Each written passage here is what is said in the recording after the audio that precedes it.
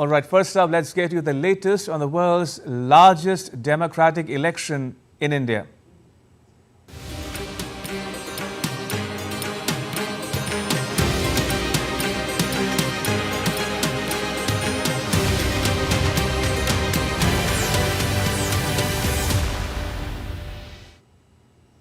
Campaigning has intensified as the third phase of election is just 5 days away.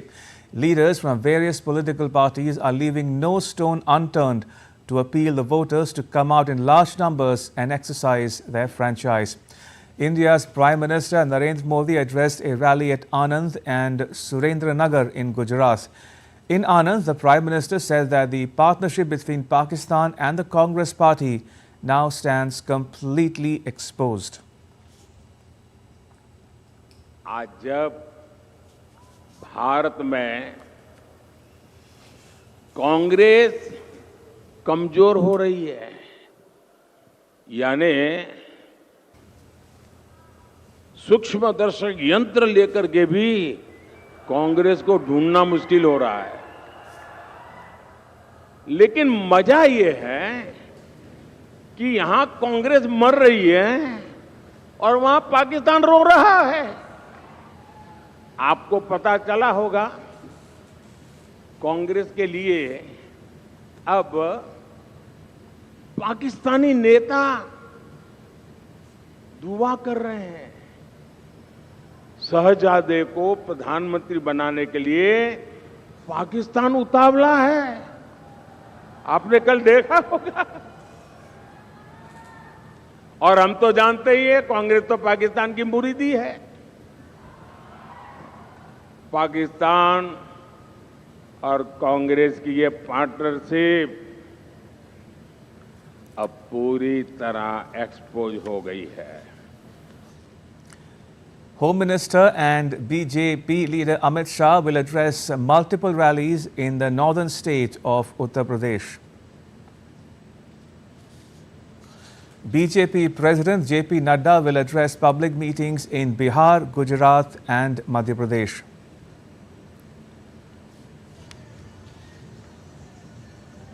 Uttar Pradesh Chief Minister Yogi Adityanath conducted a roadshow in Mainpuri. The BJP has fielded Jaiveer Singh from the seat. The Samajwadi Party has fielded Dimple Yadav. Polling will take place in Mainpuri on 7th May. Yogi Adityanath is scheduled to address rallies in Uttar Pradesh's Etah and Firozabad as well. Now, leaders of opposition parties are holding rallies and public meetings as well. Priyanka Gandhi and Sachin Pilot of the Congress Party are addressing public meetings at Chirimiri and Korba in Chhattisgarh. Congress President Mallikarjun Kharge will address a public rally in Karnataka's Shimoga on Thursday. Sachin Pilot is also likely to take part in the rally. Tejasvi Yadav of the RJD will hold an election campaign in Uttar Pradesh's Hasanpur and Samastipur and Araria in Bihar. Aam Aadmi Party leader Sunita Kejriwal arrived in Gujarat and is scheduled to address public meetings in Bharuch and Bhavnagar. National Conference Vice President Omar Abdullah filed his nomination from Baramulla in Jammu and Kashmir. He said that after 20 years, he has filed his nomination for a parliamentary election. 20 साल के बाद मैंने लोकसभा के इंतखाबात के लिए अपना nomination paper भरा है। नेशनल कॉन्फ्रेंस और इंडिया गठबंधन में जो हम मिलके ये इलेक्शन लड़ रहे हैं, उम्मीद की जा रही है कि जम्मू कश्मीर की 5 सीटें और लद्दाख की सीट पे हम कामयाबी हासिल करेंगे। 20 साल के बाद। Meanwhile, the process of filing of nomination papers is also underway. BJP candidate Naveen Jindal filed his nomination for Haryana's Kurukshetra in the presence of the state's Chief Minister Nayab Singh Saini. The opposition alliance has fielded Sushil Gupta from Kurukshetra. Polling will take place on 25th May. Minister Dharmendra Pradhan will file his nomination from Odisha's Sambalpur on Thursday. BJP candidate Rajiv Pratap Rudy campaigned at Saran in Bihar. He will file his nomination on Thursday. The opposition RJD has fielded Rohini Acharya from Saran. Saran will go to the polls in the 5th phase on 20th May. BJP candidate from West Delhi, Kamaljeet Sehrawat, will file her nomination for the 25th May election. Nomination process is also underway in Odisha for the State Assembly election. The state's Chief Minister and Biju Janata Dal President Naveen Patnaik filed his nomination from the Kantabanji Assembly seat. Naveen Patnaik is contesting the Assembly election from Kantabanji and Hinjali Assembly seats. The Assembly election will be held in Odisha in 4 phases from 13th May to 1st June, along with the parliamentary election.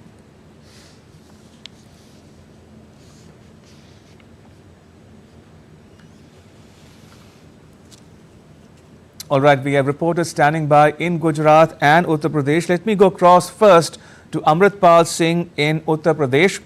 Amrit, how's the campaigning coming along in Uttar Pradesh? I believe Jayant Chaudhary of the NDA and BSP chief Mayawati are campaigning in the region. Also, what do you think is weighing on the voters' mind as they go to the polls? That's right. Jayant Chaudhary is campaigning here at that rally that you see behind me. Jayant Chaudhary of the RLD is here in Hathras constituency to support the BJP candidate because he's a part of the NDA. There is a sizable Jat population here. RLD having, their voter base mainly as from the Jat community. So he's come to campaign. Mayawati, as you said, is also campaigning. She is in Agra right now holding rallies. SP Chief Mulayam Singh Yadav's son Akhilesh Yadav is campaigning. Former Chief Mulayam Singh Yadav and present Chief Akhilesh Yadav is campaigning for his wife Dimple Yadav right now in the Manpuri seat. Chief Minister Yogi Adityanath is also campaigning today. So the state leadership is campaigning here for their particular candidates and candidates from the alliances, Ramesh. Now, what is weighing on the voters' mind really is their issues, which vary from constituency to constituency. Where I am in Hathras, it is considered to be an industrial belt, though the industry here is saying it's facing the heat due to supply chain disruptions and there is rising unemployment. So that is issue that people tell us that would be the deciding factor. Of course, caste plays an important role in politics of the state as elsewhere as well. So that also could be a deciding factor for the people's support for the candidate. But the BJP, for example, from this stage that you see behind me, has been talking about the achievements of both the Narendra Modi government over the past 10 years and also the Yogi government here in UP. So they're asking votes in the name of what they call a double-engine Sarkar or their party, both in power, both at the center and in the state. While the opposition has been Samajwadi Party has been campaigning, saying that they have been a failure. They would attack the basic structure of the cohesive structure of the country. So they've been campaigning against them on those planks. So that's how it's playing out, Ramesh. Amrit, do stay on. I'll come back to you momentarily if time permits. Let me go across to Meghna Dev in Gujarat. Meghna, talk to us about the key candidates and seats in Gujarat that will go to the polls in the 3rd phase of election on the 7th of May. Well, Ramesh, all the seats in Gujarat are going for the polls on 7th of May. It's generally the norm that in Gujarat there are 26 seats and all of the seats go to polls in the same phase, in one phase itself. So what we definitely see, while one seat already, the winner has already been declared, the BJP candidate from the Surat constituency, Lok Sabha constituency, was declared the winner because he won uncontested. But besides that, when we talk about the key people who are contesting in Gujarat, Gujarat, we have the BJP senior leader Amit Shah, we have Mansukh Mandavia from the BJP who is contesting from Porbandar, we have Parshottam Rupala from Rajkot. Besides that, Amit Chavda from the Anand seat who is contesting from on a Congress ticket. We also have Anand Patel in Valsad who is contesting on a Congress ticket. Chaitar Wasawa from the Aam Aadmi Party. So these are some important names. Geniben Thakur in North Gujarat who is contesting on the Congress ticket from from the district of North Gujarat in Banaskantha. We have other important in a sense we can say be it in the Saurashtra region, Poonam Madam from the BJP. So these are some Devu Singh Chauhan from Kheda, Mitesh Patel from Anand. So these are contesting on the BJP ticket. But having said all of that, in Gujarat it has been a norm that the issues in Gujarat are more about development, more about getting in more industries, more about employment. Obviously, Prime Minister Narendra Modi is holding back-to-back rallies. He was yesterday in Sabarkantha and Banaskantha holding rallies there in the northern part of Gujarat. Where Banaskantha, there is a good fight between Geniben Thakur and Rekha Chaudhary of the BJP. We obviously see today Prime Minister Narendra Modi did campaign in Anand where I am currently and in Anand there are majorly there are people who are associated with the milk industry. There are many students here because there are many universities like IRMA and the Agriculture University of Anand, Anand Law University. So it is also known as a hub of education in Gujarat. So the youngsters are there mostly, and they have their own issues on employment, issues on educational institutes and more.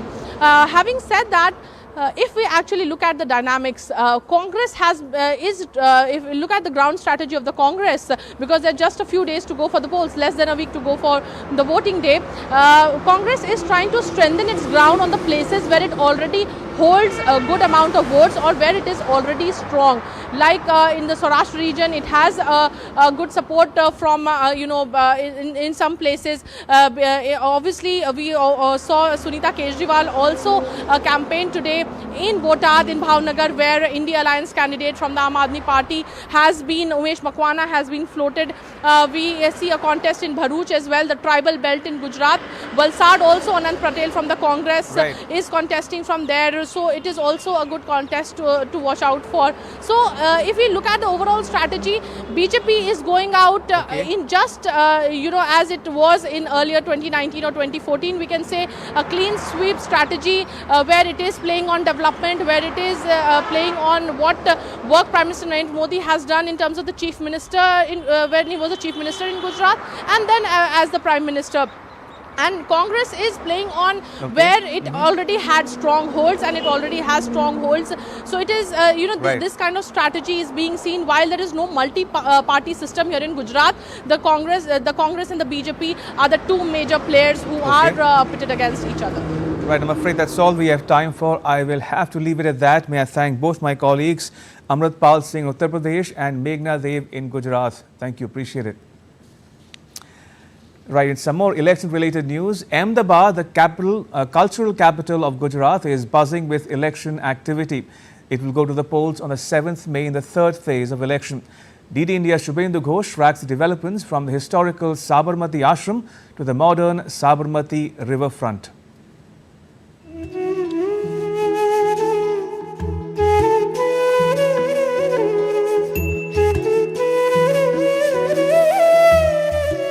As the elections to determine the future of India is fought across the country, we are here at the Sabarmati Ashram in Ahmedabad. In many ways, this is the place where the idea of modern India took shape. Mahatma Gandhi's humble abode, the modest charkha, became the most powerful symbols of non-violent resistance and self-reliance, ideas that would shape the destiny of the world's largest democracy.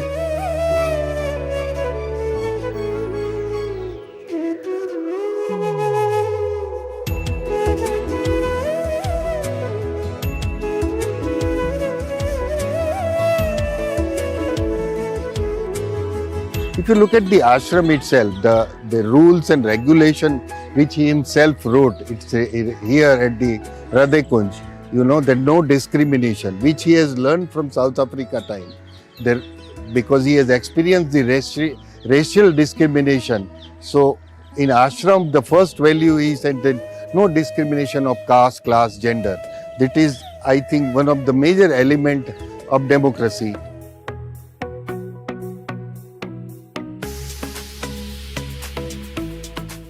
From Sabarmati Ashram to the modern Sabarmati riverfront, today Ahmedabad has transformed into a bustling metropolis, a UNESCO heritage city that is also a symbol of aspirational and developing Gujarat.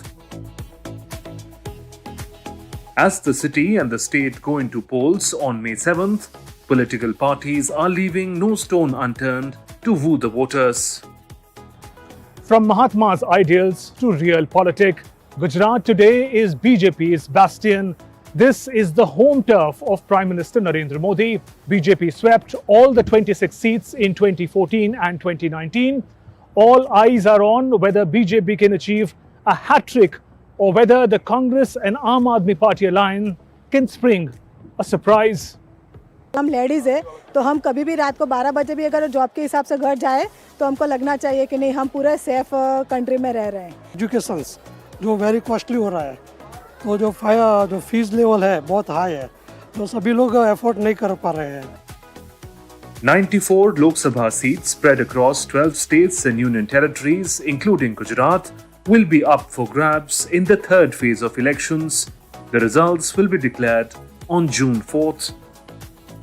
With camera person Krishna, Shubhendu Ghosh, DD India, Ahmedabad. And moving from Gujarat in western India to the country's northeast now, as Assam gears up for the election, the focus is on tea garden workers who constitute a significant chunk of the electorate. They yearn for a life of dignity, grappling as they are with the harsh realities of poverty, inadequate healthcare and lack of education. DD India's Tapas Bhattacharya reports.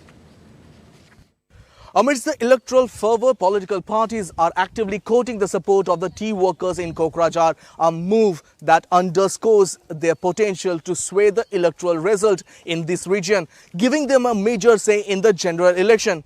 But what exactly do they want? Let's find out in this special report. As Assam prepares for the 2024 general elections, the spotlight falls upon tea garden workers whose voices carry the weight of history and the promise of change.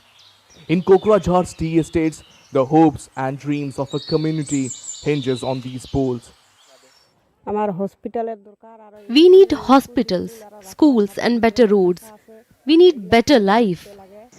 Amidst the political fervour that sweeps through the tea gardens, the focus shifts to the aspirations of the tea tribe community. For them, it is not just about politics, it's about survival, dignity and a better tomorrow. Meet Sadhini Lohar. She is facing the toughest challenge of her life after losing her husband, and now she is left to raise her 2 children all on her own. Poverty is a constant companion here, making every day a struggle to meet ends meet. We need toilet, drinking water, better roads and proper sanitation facilities. We don't have proper water connectivity here. Need basic facilities. Wages, health, education. These are more than just promises written on paper. Every day as they labor under the unforgiving sun and earn a mere rupees 250 a day, poverty is a harsh reality that they grapple with each moment. I need good school for my kids. Also, there is a problem with water supply. And I don't have a home. I earn only 250 rupees a day. It is not enough to run a household with so little money. Sanitation remains a distant dream. Clean water, a luxury, and hygiene, a constant struggle. Yet, amidst these challenges, there is hope. Hope of a new tomorrow. The tea estates workers' plea for essential amenities reflect their aspiration for a dignified life beyond poverty. This general election, they want their voices to be heard for a meaningful change and a brighter future. With camera person Naveen, this is Taposh Bhattacharya for DD India from Kokrajhati State in Assam. In southern India, the VIP seat of Shimoga in Karnataka is witnessing another tussle apart from the rival candidates' high-profile campaigning. S. Bangarappa, a former chief minister of the state, represented the area throughout his political career. Now, after him, the Bangarappa family finds itself divided into two rival camps. The elder brother is with the BJP, while the younger one is helping his sister, who is the Congress candidate from the seat. Politics often springs up surprises, sometimes good and sometimes not so pleasant. As BJP and Congress fight it out for a claim to the VIP seat of Shimoga in Karnataka, voters are witnessing an intense sibling rivalry unfold in front of their eyes. As BJP and Congress leaders campaign extensively in this seat, brothers and sisters are finding themselves on the opposite side of the political divide.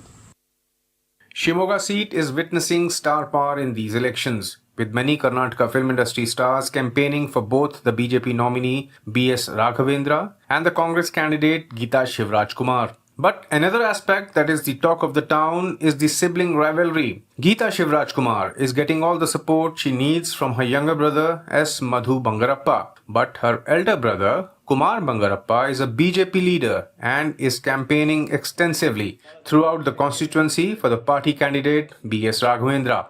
Kumar says the legacy of his father and the former chief minister of the state S. Bangarappa cannot be just claimed by anyone. The India alliance itself is not a true alliance like. I mean, it is a fake alliance all over the nation.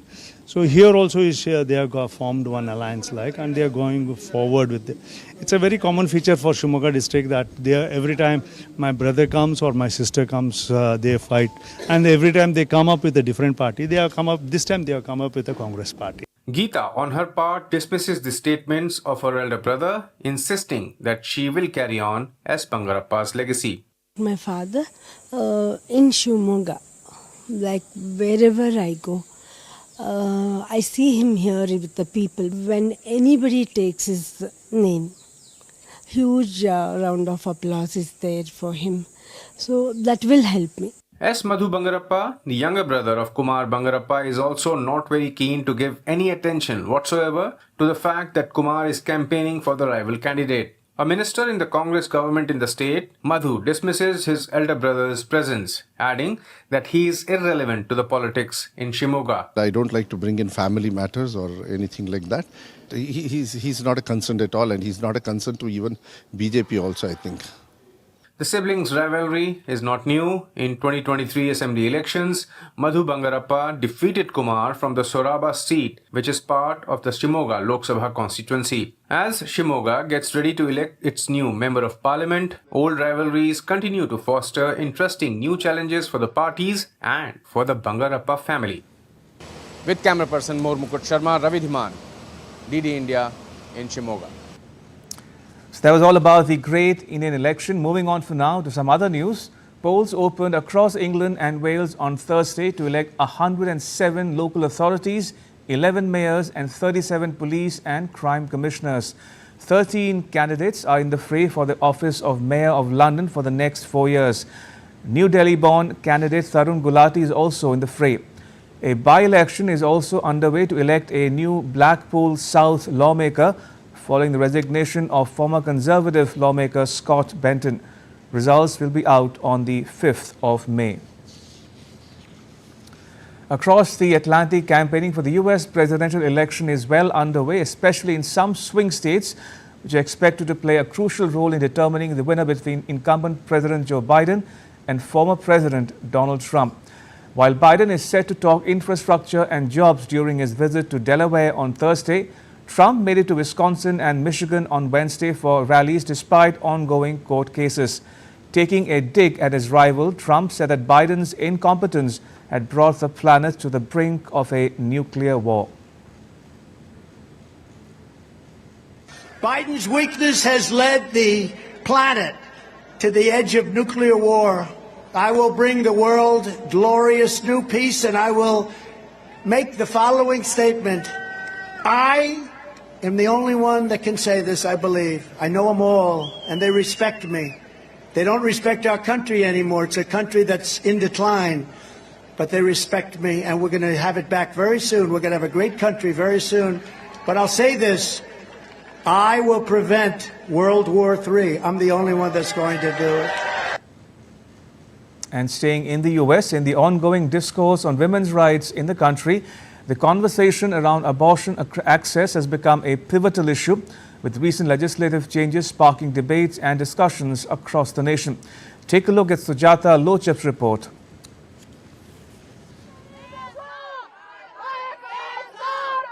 In a world where women's rights are a crucial part of the ongoing conversation, recent legislative changes in the states of Arizona and Florida have brought forth new discussions on reproductive rights and empowerment. 21 states in the US currently have restrictions on abortion, with some states enforcing stricter laws following the overturning of the Roe v. Wade decision in 2022.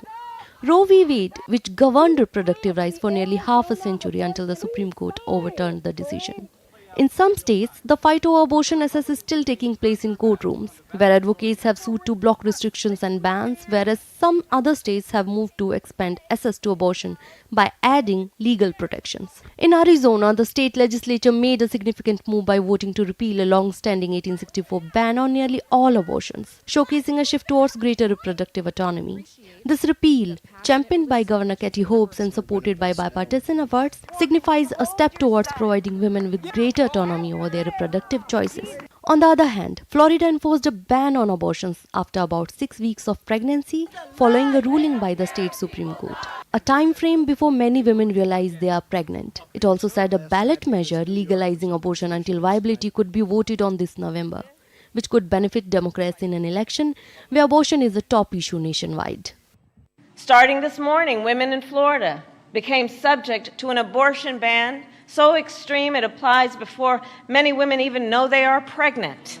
6-week ban, the heartbeat bill, as it's been called, is fantastic. I mean, it got bipartisan support. Despite this, advocacy groups and lawmakers are trying to safeguard women's rights and ensure access to safe and legal reproductive health care in the state. As America grapples with the complexities of abortion rights and women's advocacy, the narrative is not only about legislative changes but also about the larger pursuit of gender, equality and empowerment. Sujata Lochab, DD India. And shifting focus to the Indo-Pacific, now legislators in the Soloman Islands elected the country's former Foreign Minister Jeremiah Manele as the new Prime Minister on Thursday. Manele says that he will maintain the Pacific Island nation's China-friendly stance. He secured 31 votes in a secret ballot. The parliamentary vote was conducted under tight security in the capital, Honiara. Manele's appointment comes after a national election last month that failed to deliver a majority to any political party. Still to come on DD India News Hour. India reiterates its support for a two-state solution between Israel and the Palestinians.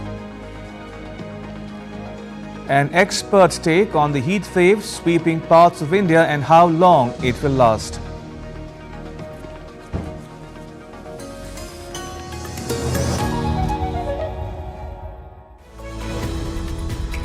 We just don't bring you the news as it unfolds. We get to the heart of the matter. We don't just present facts, we demystify complex social, political and economic events. We break stories that shape the world's present and future because you deserve the truth. I am Tanvi Taneja from New Delhi. I'm Ollie Barrett from London. I'm Nick Harper from Washington, DC. Join us on DD India Global Monday to Friday at these times.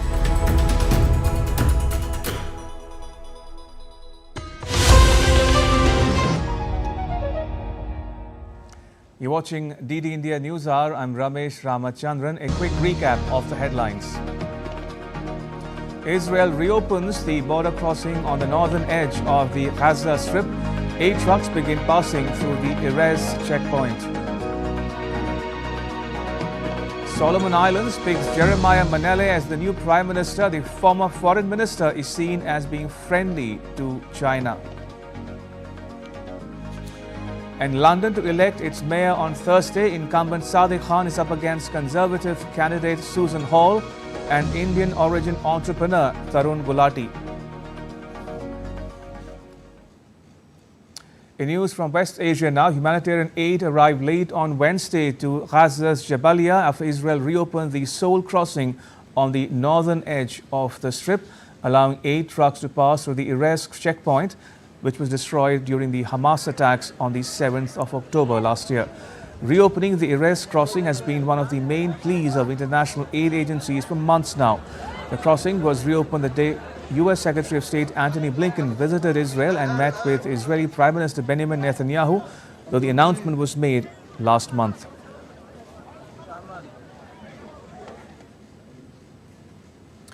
The Israeli government reopened the additional crossing point on the same day that U.S. Secretary of State Antony Blinken called on the country's Prime Minister Benjamin Netanyahu and urged him for more aid deliveries into the enclave. Blinken, along with Israel's Defense Minister Yoav Gallant, visited the Kerem Shalom crossing. Blinken also visited an aid inspection point in Israel during his 7th visit to the country since the 7th October attacks. Blinken told journalists that progress on improving humanitarian access to Gaza was real, but it needed to be accelerated. The progress is real, but given the need, given the immense need in Gaza, it needs to be accelerated, it needs to be sustained. And as we focus on all of the necessary inputs, the number of trucks that are moving, what matters the most is the impact. Israel has made very important compromises in the proposal that's on the table, demonstrating its desire and willingness to get this agreement and get it done. Now, as we've been saying, it's on Hamas. Hamas has to decide whether it will take this deal and actually advance the situation for the people that it purports to care about in Gaza. There is no time for delay. There's no time for further haggling. The deal is there. They should take it. And joining me from Tel Aviv is my colleague Sarah Coates. Sarah, tell us a bit, if you will, about the Erez crossing and why its reopening is such a big deal for Gaza. Hello there, Ramesh. Well, this is certainly very significant, given that this will really provide a lifeline to those people in the northern part of the Gaza Strip who so desperately need it. Now, this is the largest crossing point in the north of the Strip and will certainly provide access to a large number of trucks bringing things in to this area, which aid groups say is in famine. Now, it was closed for the last 7 months, really destroyed by Hamas on October 7 during that onslaught in southern Israel. But Israel does say that it will be open from every day now. Now, this was really one of the US Secretary of State Antony Blinken's aims of his trip to the Middle East. Just yesterday, he actually visited the Erez crossing. As you mentioned, it was opened on the same day that Blinken was here. And what we've been hearing from the United States these past few months is that Israel must provide more aid into the Gaza Strip, and this, of course, comes amid these famine warnings that we've been hearing from the United Nations that famine is due to set in this month. Now, just to expand on these aid deliveries a little bit more, the Pentagon has this morning come out to say that this floating pier that the United States is constructing off the coast of Gaza, that it is now 50% complete and is expected to be ready in the coming days. We do understand that the pier is actually done and that the causeway is now being worked on. So this will certainly bring a lot of relief to these people in Gaza, with aid groups saying that currently only around 200 trucks have been entering the enclave on a daily basis, and this is certainly far down from the 500 or so trucks that were going into Gaza pre-war. Sarah, thank you. That was Sarah Coates reporting from Tel Aviv. And in some more news related to this development, India has reiterated its support for a two-state solution whether Palestinians are able to live freely in an independent country with due regard to the security needs of Israel. Delivering an address to the United Nations General Assembly meeting on Gaza, India's ambassador to the UN, Ruchira Kamboj, said that India's position on the conflict has been clear and has been stated on several occasions. The ongoing conflict between Israel and Hamas has led to a large-scale loss of civilian lives, especially women and children, and a humanitarian crisis which is simply unacceptable. We have strongly condemned the deaths of civilians in the conflict. Only a two-state solution achieved through direct and meaningful negotiations between both sides on final status issues will deliver an enduring peace. India is committed to supporting a two-state solution where the Palestinian people are able to live freely in an independent country within secure borders with due regard to the security needs of Israel. A Russian ballistic missile struck a postal depot in Ukraine's Odessa on Wednesday. The attack marked the third missile strike on the city in 3 consecutive days. 14 people were injured in the attack, 13 of whom received assistance on the spot and 1 was hospitalized. The attack triggered a large fire as a video released on Thursday showed thick smoke rising from the depot. The Philippines summoned a Chinese diplomat on Thursday over a flare-up in the South China Sea. The Philippines accused China of elevating the tensions in the South China Sea after the Chinese Coast Guard fired water cannons that damaged a Filipino vessel on Tuesday, marking the latest flare-up of violence between the two countries. According to the Philippines Foreign Ministry, the Chinese Deputy Chief of Mission was summoned to hear the 20th protest lodged by the Philippines against China this year alone. In Brazil, 10 people died and 21 are missing because of heavy rains this week in the southern part of the country. More than 1,400 people are displaced. Officials predict a risk of flooding given the prospect of prolonged downpour in the coming days. The government is working to locate the missing and ensure safety in areas at risk. Desperate families continue their search for loved ones still missing after devastating floods swept through central Kenya this week, killing at least 48 people. Floods and landslides have killed 181 people since March. Kenyans living in low-lying areas have been asked to evacuate as heavier than usual rainfall is expected to persist. Soldiers have been deployed to aid search efforts.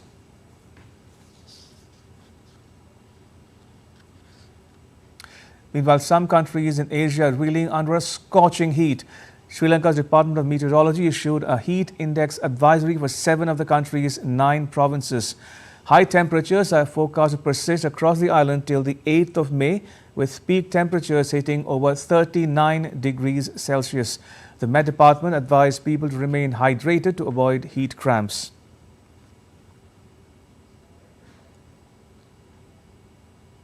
Schools in Cambodia started to cut classes down by 2 hours on Thursday as a heat wave produces scorching temperatures in the Southeast Asian nation. According to an official statement issued on Tuesday, all public schools are now required to operate for only 3 hours in the morning. The Weather Department forecast a high of 39 degrees Celsius in the capital Phnom Penh on Thursday. Large parts of Asia are sweltering under a heat wave which has stopped temperature records from Myanmar to the Philippines. Authorities in Thailand have issued warnings about severe conditions as well. And India is experiencing rising temperatures in its eastern and southern regions. The Weather Department has issued warnings for the next 5 days.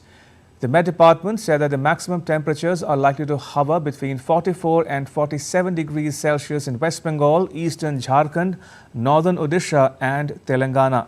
The department has forecast the possibility of fairly widespread rainfall or snowfall over some northeastern states. The heat wave days could be 8 to 11 days over Gujarat region, South Rajasthan, West Madhya Pradesh, Vidarbha and adjoining Marathwada. It could be 5 to 7 days of heat wave conditions over remaining parts of Rajasthan and Madhya Pradesh, Punjab, Haryana, Chandigarh, Delhi, Uttar Pradesh, some parts of North Chhattisgarh, interior Odisha, Jharkhand, and Bihar. Usually, we experience 3 days of heat wave conditions. So by that way, in the month of May, over these regions, which are located in central India and northwest India, we are expecting higher than normal number of heat wave days. Mr. R. Rashmi joins us from New Delhi. Mr. Rashmi is a distinguished fellow of the Energy and Resources Institute. It specializes in the fields of energy and environment. It's headquartered in New Delhi. Is also a former Special Secretary in the Ministry of Environment, Government of India. Mr. Rashmi, welcome to DD India News Hub. First off, how many states are now in the grip of a proper heat wave in India? A large part of eastern and southern India is under the heat wave conditions, and they are above normal. So the western and the northern parts are still not feeling the heat waves the way the eastern and southern parts are feeling, as you have just heard from the representative of the Indian Meteorological Organization. This is likely to last till the end of May, before the monsoon begins. So the anticipation is that these conditions, which are largely because of the El Nino, the climatic conditions in the central and eastern Pacific Ocean, these are likely to last till the middle of this year. And unfortunately, this El Nino condition is likely to persist. And La Nina effect is not going to begin at least till the end of July. So we are going to suffer from this condition. At least half of the states in India are going to go through this condition for at least 1 or 2 more months. Also, many people watching this broadcast are wondering, Mr. Rashmi, what would you attribute this to? Is it climate change induced extreme weather conditions? Also, how long do you think this unusual spell of heat wave will last? Both of these conditions are at play here. Okay. The climatic conditions, which are normal, atmospheric weather conditions, which is, as you know, they are called La Nina and El Nino in the climatic features rising in the Pacific Ocean. So this is likely to, last year also, this El Nino effect was there. And in fact, 2023, last year was the hottest year on record. And this condition continues. And that's why we are seeing this extreme heat wave conditions continuing this year as well. But from the middle of this year, sometime end of June or beginning of July, it is likely that La Nina effect, the currents, the ocean currents might change their direction, and the South Asia and the Southeastern Asia, which is going through a very extreme heat spell, will start seeing monsoon conditions coming back, and then we will see higher than the normal precipitation. So both conditions are going to likely to take place this year itself. But at the moment, yes, these climatic effects are largely the cause. But we cannot ignore the impact of the human-induced the climate change as well. So apart from the fact that the climatic conditions in the Pacific Ocean are contributing to the extreme heat wave conditions now, over a long period, if you look at the trend of the climate change, this is largely a result of the anthropogenic or the climate or the human interference with the climate system, which takes place because of the rising emissions, globally warming gases. Their concentration is rising in the atmosphere because of the way we are consuming fossil fuels and emitting globally warming gases into the atmosphere. And a large part of this quantum of the gas has been emitted into the atmosphere by the Western world over the last 100 years. Indeed. And that is going to stay for at least another 100 years. Absolutely. So these gases don't dissipate easily. They take at least 100 years for them to dissolve. Indeed. So the atmospheric concentration, which has reached an unbearable level now, that is also causing this climate change. All right, we'll leave it at that. Mr. Rashmi, thank you so much for joining us and sharing your thoughts and insights with our viewers at home and abroad. Thank you for your time. Appreciate it. Right, now take a look at what else is making news in India. A Pakistani intruder was gunned down by the border security force after he tried to cross towards the Indian side of the border on Wednesday. The incident took place in Samba sector along the international border. According to authorities, despite being challenged by the troops, the person kept advancing towards the border fencing, compelling the security forces to shoot him dead.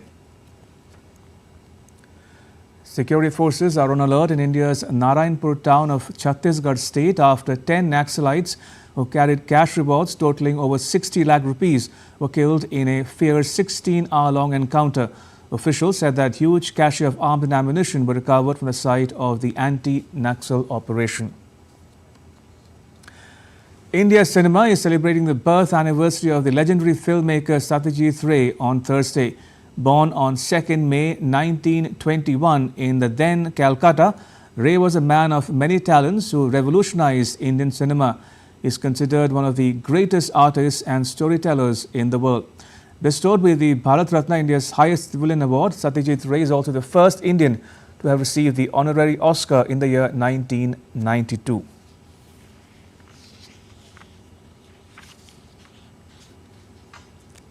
And still to come on DD India News Hour.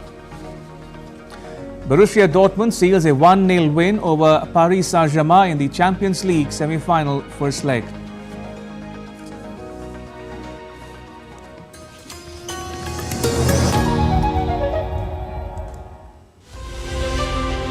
As India decides in the world's largest election, we help you feel the pulse of the nation.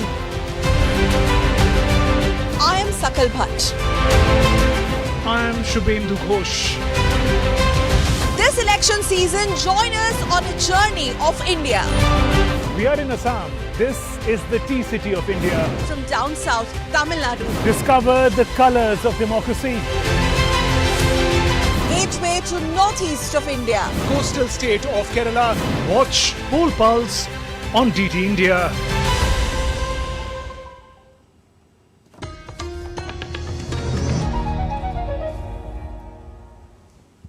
You're watching DD India News Hour. I'm Ramesh Ramachandran. In business news, the US Central Bank has held interest rates at a 23-year high amid stubborn cost of living increases. The Federal Reserve on Wednesday kept the benchmark lending rate at 5.25 to 5.5% after a series of economic reports indicated that inflation was easing at a slower pace than hoped. The central bank's chief said that US central bankers still believe the current policy rate is putting enough pressure on economic activity to bring inflation under control. The economy has made considerable progress toward our dual mandate objectives. Inflation has eased substantially over the past year, while the labor market has remained strong. And that's very good news. But inflation is still too high. Further progress in bringing it down is not assured, and the path forward is uncertain. We are fully committed to returning inflation to our 2% goal. Meanwhile, US stocks rallied on Thursday after the Federal Reserve flagged delays to interest rate cuts, while the dollar fell heavily on the yen. Oil fell sharply overnight, with Brent crude futures hitting a 7-week low of $83.44. Japan's Nikkei fell 0.7% at the open. Australian shares were flat. The S&P 500 futures rose 0.4%. The dollar's value fell by almost 5 yen in 40 minutes of late New York trade to touch 153 yen. Indian benchmark indices were trading in the green on Thursday, tracking global peers higher. The Sensex was up 237 points at 74,720 and the Nifty was up 77 points at 22,681. Sri Lanka's gross official reserves reached $5 billion as of March 24, with an increase of about $600 million in the current fiscal year. Sri Lanka's central bank credited the increase in foreign reserves to net purchases of foreign exchange from the domestic forex market. The island nation's forex reserves had depleted to alarming levels in 2022. At this time, India had extended a generous assistance of $4 billion to Sri Lanka, including currency swaps to facilitate imports. India has said that it will look forward to strengthening its bilateral economic cooperation with the Maldives. The Indian High Commissioner held discussions with Maldives' Minister of Economic Development and Trade. The meeting comes weeks after India allowed the export of certain quantities of essential commodities for the year 24-25 at the request of the Maldivian government. And now to all the news in the world of sport with my colleague Preeti. Preeti, take it away. All right, thank you, Ramesh. And for our viewers, we'll get you everything that's making it to the headlines in the world of sports. Let's begin with the Uber Cup first.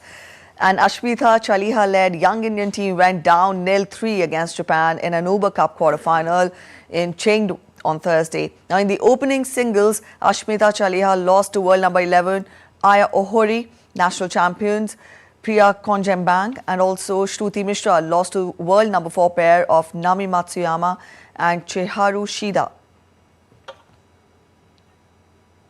Indonesia have topped Group C at the Badminton Thomas Cup tournament to secure the quarterfinal draw after a tie against defending champions India in Chengdu city of China. India have already qualified for the knockout stage. Defending champion India lost 1-4 against Indonesia after Dhruv Kapila and Sai Prateek lost in straight games to Leo Rolly Kainando and Daniel Martin respectively. The US Anti-Doping Agency slammed the World Anti-Doping Agency on Wednesday for doubling down on half-truths after the global body published a document outlining its handling of a case involving Chinese swimmers. WADA has been under fire since the New York Times reported last month that 23 Chinese swimmers tested positive for a banned substance ahead of the Tokyo Games in 2021, but were allowed to compete after being cleared by a Chinese inquiry. WADA said last week that it would launch an independent review over its handling of the case amid a widespread backlash. Borussia Dortmund's Niklas Füllkrug fired in a first-half goal to seal a 1-0 win over the visitors Paris Saint-Germain in Champions League semi-final first leg on Wednesday. Nikos Kotler-Beck floated a pass into Füllkrug's path, who controlled the ball with a perfect first touch in the 36th minute. Also, PSG improved after the break but twice hit the woodwork through Kylian Mbappe and Ashraf Hakimi on the rebound. The winners of the tie will face either Bayern Munich or Real Madrid, who drew 2 each in Tuesday's first leg in Germany. Carlos Alcaraz's hopes of becoming the first player to win 3 straight Madrid Open titles came undone as the second seed lost to Andrei Rublev in the quarterfinals on Wednesday. Alcaraz lost to Russian 7th seed Rublev for 4-6, 6-3, 6-2. Rublev put in a dominant performance to roar back and snap Alcaraz's 14-match winning streak. It will be Rublev's first semi-final in Madrid, and he will face either American Taylor Fritz or Argentinian Francisco Cerundolo. Hockey India on Thursday announced a 24-member Indian women's hockey team for Belgium and England legs of the FIH Pro League. India is currently placed at the 6th position with 8 points from 8 matches. India will begin its campaign against Argentina on 22nd of May. Taking charge of the team will be captain Salima Tete. Meanwhile, midfielder Navneet Kaur has been named her deputy. On to cricket now. In the Indian Premier League, Punjab Kings beat Chennai Super Kings by 7 wickets on Wednesday.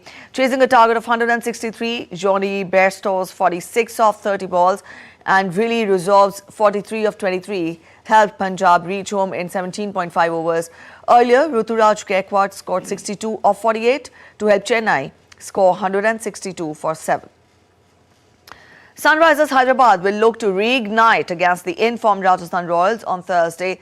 Despite its impressive performance earlier in the season, the team has slipped to the 5th position on the points table following consecutive losses against RCB and Chennai.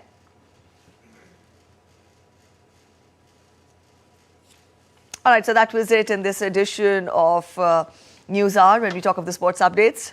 Ramesh, it's back to you. Thank you, Preeti. Appreciate it. And before we close, Mongolia opens its theatre to children and youth after a gap of, take a guess, 27 years. The Children's and Youth Theatre is holding an art exhibition of young painters from Mongolia, Russia and China. Jam-packed with high school-going children, it shows the eagerness and excitement of children at the visual treat on offer. The exhibition is showcasing a beautiful mix of tradition, culture and entertainment.